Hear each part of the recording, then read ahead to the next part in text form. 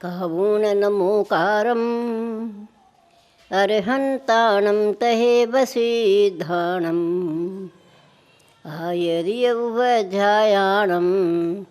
लोयम्य सब्बसाहूरम।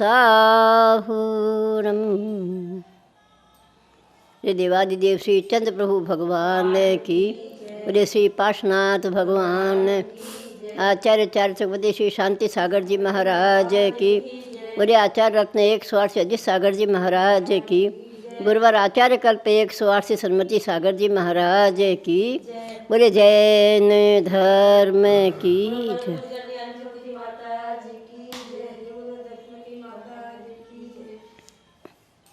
संसार का प्रत्येक प्राणी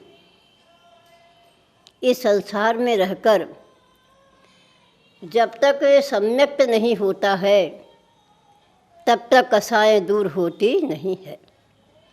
और सम्यक्त हो जाने के बाद भी आप सोचिए, अनंतान बंदी कसाय छूट करके अप्रत्याख्यानी कसाय उसके साथ रहती है, क्योंकि मिथ्यात्व में अनंतान बंदी कसाय रहती है। चौथे गुण स्थान में अव्रत सम्य दृष्टि बनने पर अप्रत्याख्यानी कसाय हो जाती है। वृत्ति बनने पर, क्षुल्लक ऐदक आदि बनने पर प्रत्याख्यानी कसाय के साथ रहता है, और दिगंबर भेद धारण करने के बाद भी संजनन कसाय उसके साथ रहती है। ये कसाएं इस मानव को महात्मा के ऊपर ऐसी कालुष्ठा लेके आती है कि वो धोए से भी मिटती नहीं है। चाहे वो दिगंबर भेष भी हो, लेकिन संजनन कसाय उसके साथ भी रहती है। संजनन का अर्थ होता है समता पूर्वक जलती रहे, फिर भी सम्यक्त को नष्ट नहीं होने देती है, बस इतना ही उसका काम है। इस प्रकार इन कसायों से यह जीव चतुर्गति संसार के अंदर भ्रमण करता है, क्योंकि हमारे आचार्य कहते हैं 5-25 के झगड़े में हीरो गमा दियो कचरे में। 5 और 25 का ही संसार में सारा झगड़ा है। 5 माने 5 पाप, हिंसा, झूठ, चोरी, कुसीट, परिग्रह। ये हिंसा 5 है। पांचों ही अपने को लगता है कि हिंसा नहीं कर रहे, लेकिन झूठ बोलना भी हिंसा ही है, चोरी करना भी हिंसा ही है। क्योंकि हिंसा किसे कहते हैं? जीव को मारना ही हिंसा हो ऐसा कोई नियम नहीं है। जीव को दुख देना भी हिंसा ही है। मेरे द्वारा किसी के अंदर विकृति भाव न आए, मेरे द्वारा किसी के क्रोध भाव की उत्पत्ति ना हो, ऐसी भावना जिसके पास होती है वही पापों से दूर हो सकता है। इसलिए ये 5 पाप, चाहे चोरी करो, झूठ बोलो, परिग्रह रखो, ये सारी चीज़ें क्या है? सब हिंसा का ही कारण है। जितना आपके पास परिग्रह होगा उतना ही आरंभ आपको करना पड़ेगा, और जितना आरंभ है वह सब पाप का ही कारण होता है। इसलिए इन सब से हमें दूर रहना पड़ेगा, क्योंकि हमारे आचार्य कहते हैं कि गति के द्वारा हमारा चलना होता है। चलना किसके द्वारा होता है? गति के द्वारा होता है। और मति जब तक हमारे साथ है तब तक हम उसे बदल सकते हैं। उस गति को, चाहे वो हमारी गति कैसी भी हो, चाहे कसाय से चल रही हो, चाहे पाप से चल रही हो, ये भी हमारा एक गमन है। गमन क्या चीज़ होता है? परिणामों को विचलित बनाना, परिणामों में द्वेषता, करुषता उत्पन्न होना, यही हमारी गति का कारण है। और इस प्रकार से जब हम चलते हैं तो हमारी मति कब बदलती है? जब सम्यक्त के सामने आते हैं। लब्धियाँ 5 होती है: क्षयोपम लब्धि, विशुद्धि लब्धि, देशना लब्धि, प्रायोगम लब्धि और करण लब्धि। ये 5 प्रकार की लब्धियाँ होती है। क्षयोपम में क्या होता है? पाप को घटाना। और विशुद्धि में क्या होता है? पुण्य को बढ़ाना। और देशना, गुरु का उपदेश मिल जाना, ये भी हमारा पुण्य है कि हमें गुरु मिलते हैं और उनकी देशना हमें प्राप्त होती है। इसके पश्चात प्रायोगमन लब्धि होती है, जो कर्मों को कोटा कोटि में लेके आता है। 70 कोटा कोटि का जो बंध होता है, प्रयोगमन लब्धि में वो 1 कोटा कोटि में आ जाता है। सोचिए आप कितने परिणामों में निर्मलता आती है। निर्मलता दो ही कारणों से आएगी, या सो विशुद्ध परिणाम हो या हमारे देशना हमें प्राप्त हो। शेर जैसा जीव भी जंगल में सुनता था गुरु के उपदेश को, और सुनने मात्र से क्या हो गया आप सोचिए।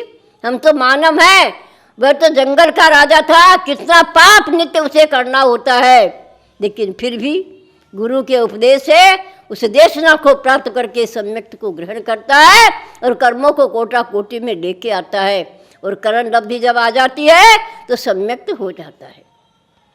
ऐसा प्रत्येक मानव को अपने जीवन में इन पापों से, इन कसायों से जितना हम दूर रहेंगे। आप देखिए दूध कब तक उफनता है? जब तक उसमें पानी रहता है। पानी जल जाने के बाद दूध में उफान नहीं आता है। जब तक पानी है तब तक उबलता रहता है, उफान आती रहती है, दूध बाहर निकलने को होता है।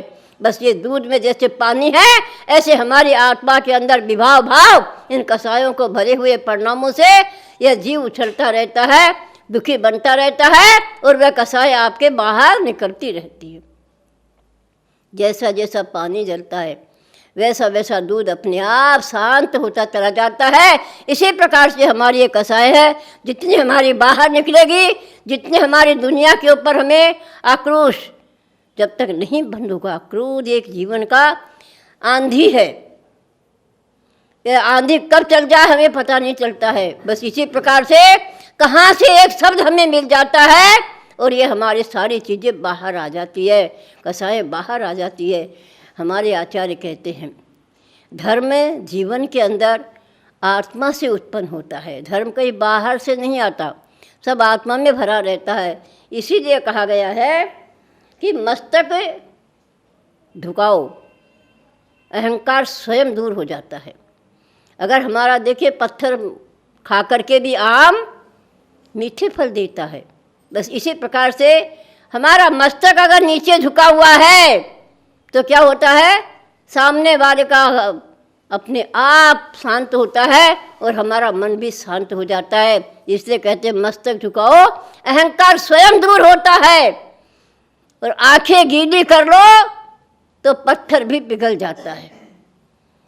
एक बार हम किसी के सामने हमारी आंखों में पानी भर जाता है तो वह भी कहता है बेचारा बहुत दुखी होगा, पत्थर भी पिघलता है।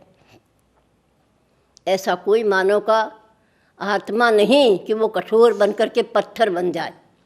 सामने वाले को देखकर स्वयं भी वह अपने आप पिघलता रहता है। इसी प्रकार से अगर हमारी इच्छाएं दूर हो जाती है तो आश्रम भी संवर में परिवर्तन हो जाता है।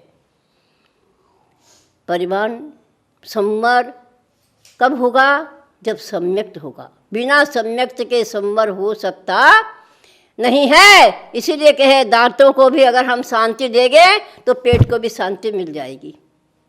ये दांत हमारे कठोर से कठोर चीज़ों को चबाने के लिए तैयार होता है। इसी प्रकार ये हमारी आत्मा भी कठोर वचनों को सुनने मात्र से सारे आपे से बाहर हो जाते हैं। इसलिए प्रत्येक मानव को अपने जीवन में इन कसायों से, इन पापों से जब तक हम दूर नहीं होंगे तब तक हमारा आश्रव कभी रुक सकता नहीं है। आश्रव पहले गुणस्थान से लेकर 13वें गुणस्थान तक चलता है। तीर्थंकरों को भी 7 आश्रव वहाँ भी आते हैं। जब तक वो आश्रव पूरे बंद नहीं हो गए तब तक जीव को मोक्ष होता नहीं है। इसलिए उन संवर के साथ अगर हम संयम की साधना करेंगे, आश्रव को रोकने के लिए संयम अति आवश्यक है। बिना संयम के कभी भी आश्रव रुकता नहीं है। इसलिए अगर छोटे छोटे संयम को भी हम धारण करेंगे तो अवश्य हम उस आश्रव को रोककर संवर को प्राप्त होते हुए वैराग्य की ओर आगे बढ़ेंगे। और जब वैराग्य होगा तभी ये कसाई हमारी कम होगी और पापों से हम दूर हो सकेंगे। इसलिए सभी को मेरा बहुत बहुत मंगल आशीर्वाद है कि हम इन 2 चीज़ें से दूर रहें, पाप से और कसायों से। जितना हम दूर रहेंगे उतना हमारे जीवन में स्वयं में शांति आएगी और अपने मन को हम शीतल बना सकेंगे। बोले चंदा प्रभु भगवान की।